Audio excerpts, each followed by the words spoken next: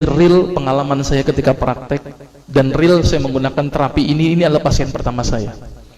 Saya pada waktu bilang ke bapak itu begini, tapi sebelum bapak itu bilang ke saya, dok, ini udah nggak berhasil dok, apakah saya harus kembali ke kaptopri lagi?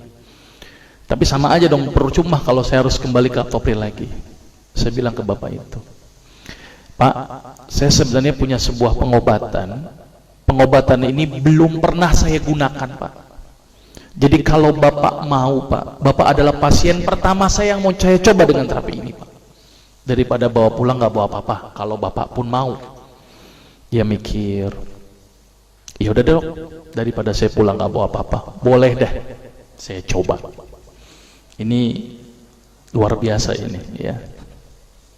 Akhirnya saya bilang kepada bapak itu, baik Pak, saya coba terapi ini.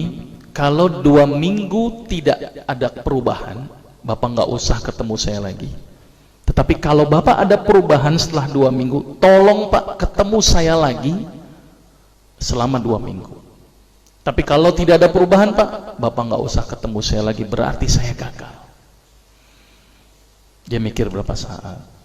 Baik dok, apa terapinya? Sederhana Pak pada waktu itu. Saya suruh apa bapak itu? Siap dok, apa yang dokter lakukan? Saya bilang ke bapak itu, Pak, tolong bapak senyum sehari 20 kali Pak. Dan setiap kali senyum selama 20 detik. Gila nih kali dokter ya. Bukan dikasih obat malah dikali senyum gitu ya. Sudah Pak, jalankan saja. Kalau tidak sembuh nggak usah ketemu saya lagi. Tapi kalau sembuh tolong 2 minggu ketemu saya lagi. Dia mikir, baik dok, tapi bagaimana kalau saya tidak bisa senyum? Ya udah Pak, ngelihat kaca senyum sendiri. Saya suruh begitu. Ini jujur saja, ini kasus pertama saya dan saya waktu itu nekat saja karena saya sudah hopeless, harus bagaimana lagi kan, daripada dia tidak mau kembali ke kaptopri. Akhirnya di luar perkiraan saya Pak. Ternyata bapak yang kepala pas pampres itu datang ke saya lagi pada waktu 2 minggu kemudian sambil senyum-senyum. Berarti kesimpulannya Pak, sembuh Pak. Kenapa kok bisa sembuh? Ini yang pertanyaan cukup mendasar. Kenapa kok senyum bisa sembuh? Sampai-sampai itu ajudannya bingung sama saya. Dokter, itu bapak diapain dok? Biasanya kalau upacara marah-marah, sekarang senyum-senyum. Baca koran, senyum-senyum. Bengong sedikit, senyum-senyum. Saya bilang memang target terapinya begitu, harus 20 kali sehari. Ternyata penelitian menunjukkan orang yang senyum sebanyak 20 kali sehari dengan durasi 20 detik setiap senyumnya, maka otak akan mengeluarkan sejenis zat yang namanya beta endorfin. Apa itu beta endorfin? Beta endogenous morfin atau morfin yang dihasilkan alami oleh tubuh. Maka itu kalau orang yang biasa makan morfin, biasanya tubuhnya tidak bisa memproduksi morfin lagi. Jadi kalau orang yang banyak senyum Pak, ternyata morfinnya semakin banyak. Dan ternyata fungsi beta endorfin itu adalah melebarkan pembuluh darah.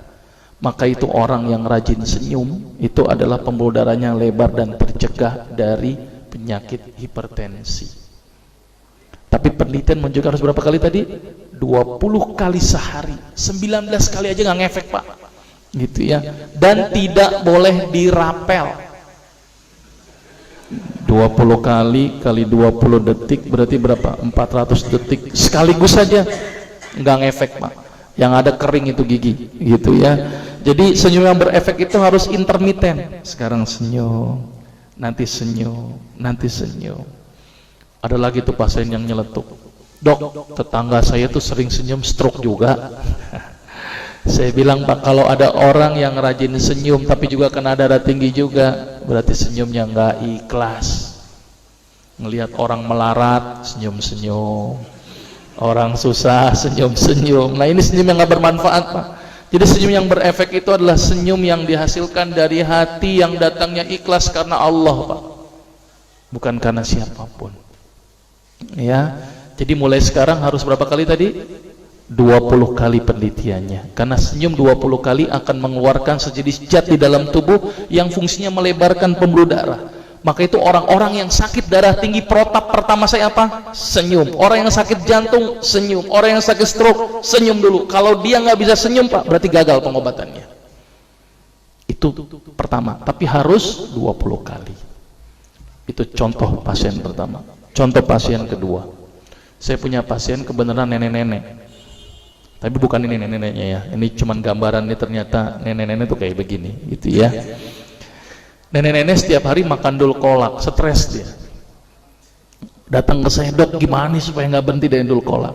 Pada waktu itu cuma saya suruh apa, nek tolong stop dul kolak, tolong nek senyum di pagi hari ketika nenek melek, langsunglah senyum, saya suruh. Cuman ini aja dok. Iya, melek, ketika melek pertama kali senyum langsung.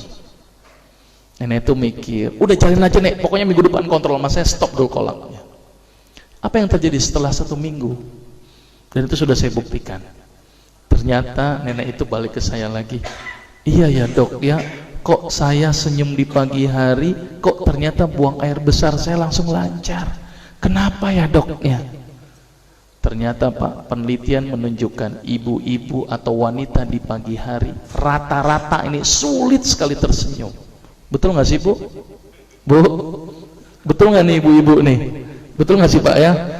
Ternyata ibu-ibu di pagi hari itu susah sekali tersenyum. Wallah alam, karena kenapa? Stres duluan kali ya.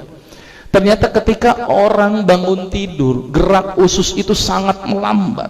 Maka itu dirangsang itu usus dengan cara apa? Dengan meningkatkan tekanan di dalam perut.